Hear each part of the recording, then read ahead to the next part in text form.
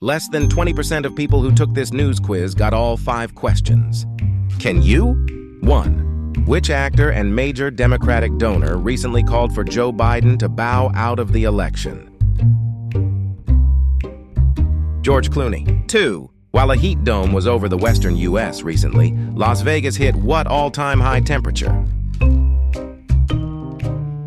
120 degrees. 3. Nvidia recently became the most valuable company in the world, overtaking which tech giant? Microsoft.